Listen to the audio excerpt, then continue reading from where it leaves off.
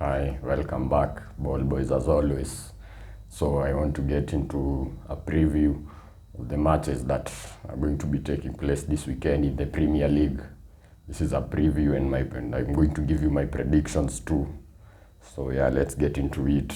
First game, actually today we have Fulham versus Chelsea. Now I'm actually expecting Fulham to get a result in this game, especially at Craven Cottage, because Fulham have been doing well. Marco Silva is a very good coach. Of course, he was at Everton before, but he was sacked. But he's doing a very good job at Fulham because he's of course he's a very good coach. Chelsea have not been at their best after 2 batterings by Man City. I'm sure they'd be looking to get back on track, but then it's not as easy as it sounds.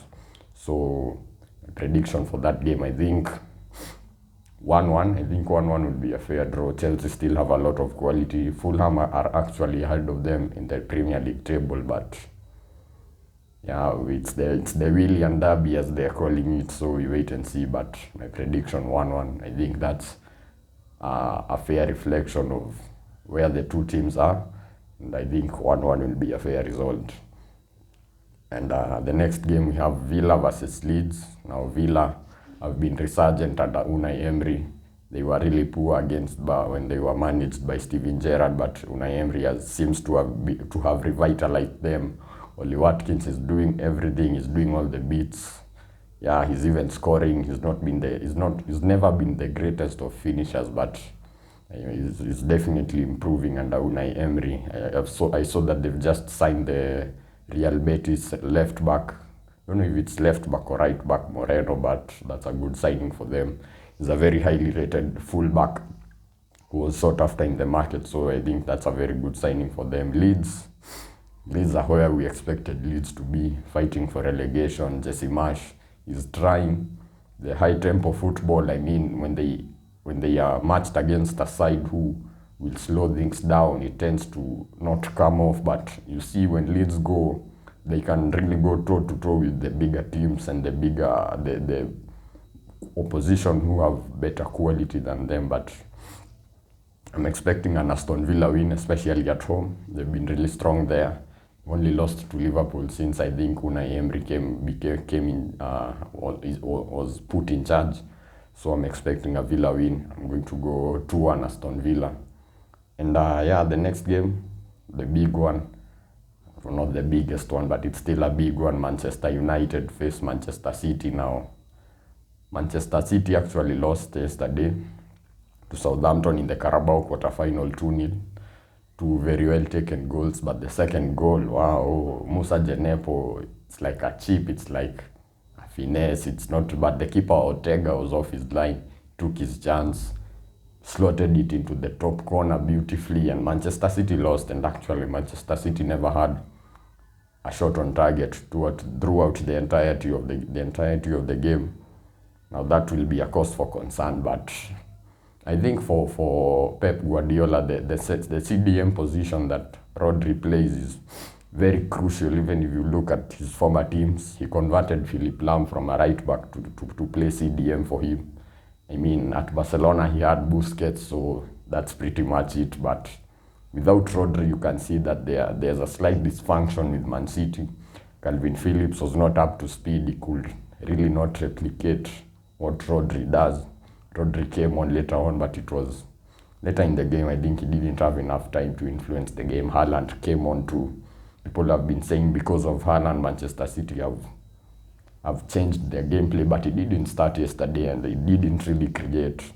Now Grealish is a very on and off player. One time he's made his goals and assists galore, but then other games he just goes completely missing. I mean, he's not a pacey winger, so you don't expect him to be beating players for pace and everything, but he should do better. For 100 million, should be getting better. Now Manchester United have been in the form of their lives, because though they've been playing considerably lesser opposition, but they've been winning. That's what you have to do.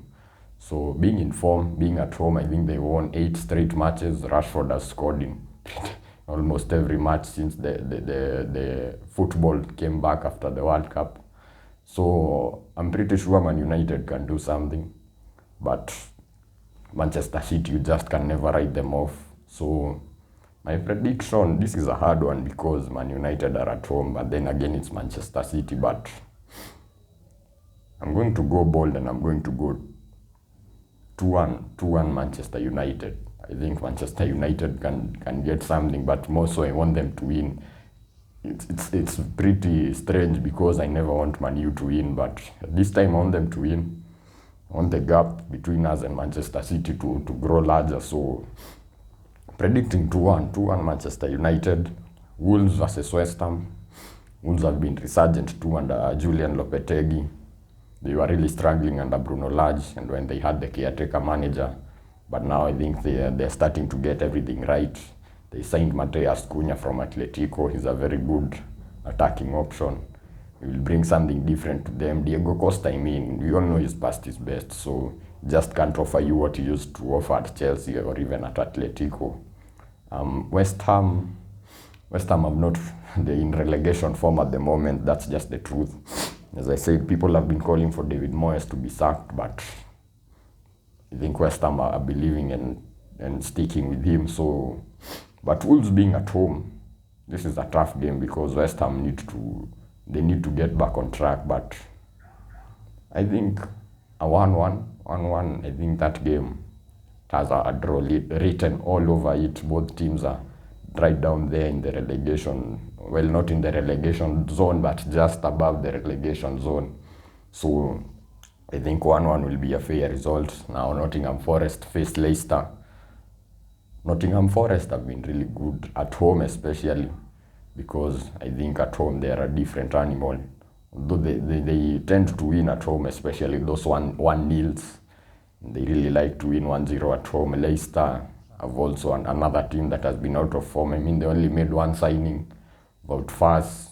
We also what he did at Anfield. I mean, how do you even do that? But yeah, we wait and see because I actually think Nottingham Forest will get the win. Leicester have not been. But Leicester actually battered them, I think 4-0 at their place. Now it's at Nottingham Forest Stadium, so I think Nottingham Forest might return the favor. I think a 1-0 Nottingham Forest. But if you are a betting man, don't come and get tips from me here because I'm not really a betting man. So 1-0. Don't think Leicester will. They have a lot of quality, but at the moment they're not playing like a team that has quality. So yeah, I think Nottingham Forest 1-0. Brighton versus Liverpool now. This is another tough one. Two teams that are right side by side in the table. Now, Brighton have been really good. They've not dropped their levels since Graham Potter left. Roberto De Zerbi, former Shakhtar coach, he seems to have the same style of play and is implementing almost the same ideas. So, I mean, Brighton are a very well-run club. So, even when they lost Graham Potter, they knew what they needed and what they wanted. So, Roberto De Zerbi has come in, he's gotten some good results. I mean, they beat Everton 4-1 at Goodison Park. Everton have not been really good, but Brighton are really good. Liverpool lost to Brentford in their last game. They signed Cody Gakpo. He played in the Wolves match, but then again, will he be enough? Will he be enough to push them over the line over a very good Brighton side? Well, we have to just have to wait and see now. Liverpool, I think they might get something out of the game, even if they are away. Brighton have not been in their best form at home at the Emirates Stadium, so I'm actually going for a Liverpool win, maybe 2-1. Maybe a 2-1 Liverpool win, and we are going to see maybe Salah score, Darwin Núñez score, but Brighton are a very good team. I'm not trying to write them off or anything, but I'm going for a Liverpool win, 3-1 Liverpool.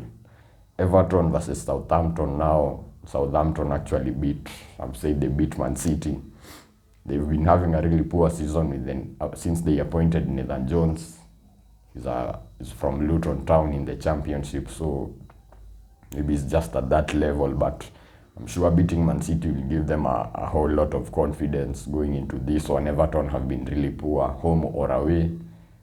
Their support is the Goodison Park. Their stadium is very toxic at the moment.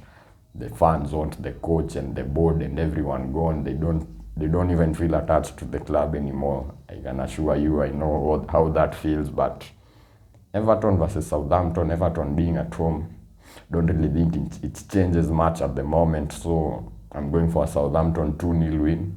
Don't think Everton. These are two teams who are in the relegation battle, and it's a very crucial match for both teams. I think Southampton will come out on top. 2-0 Southampton. Brentford face Bournemouth. Brentford at home. We all know they are a different animal, especially when the big six go there. They tend to lose, or they never tend to leave at most 1 point. But yeah, Brentford, I think they have enough to beat Bournemouth. But then again, Bournemouth have been really poor. But when they face sides who are almost in the same tier as them, they tend to do well. They tend to raise their game.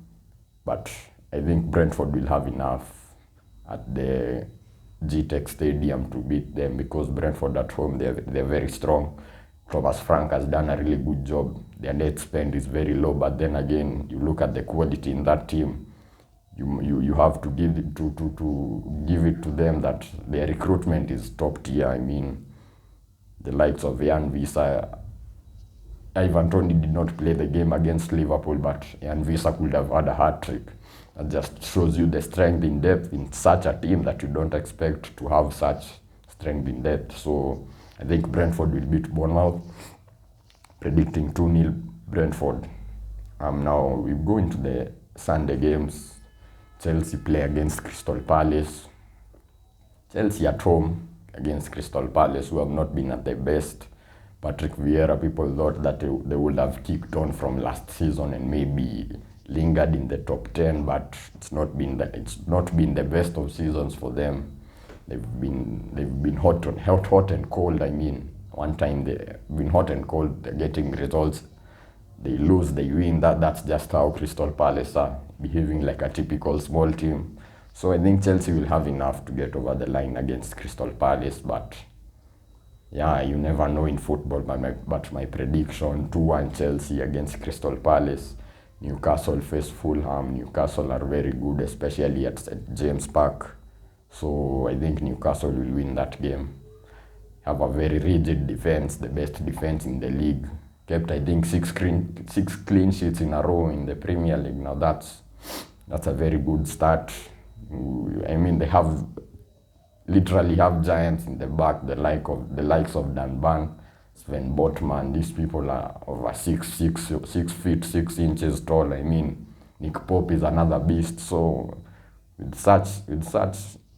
such a foundation to build from, I mean, you can go really far. And Eddie Howe, I think, has identified that defense is going to give him a platform now to build on.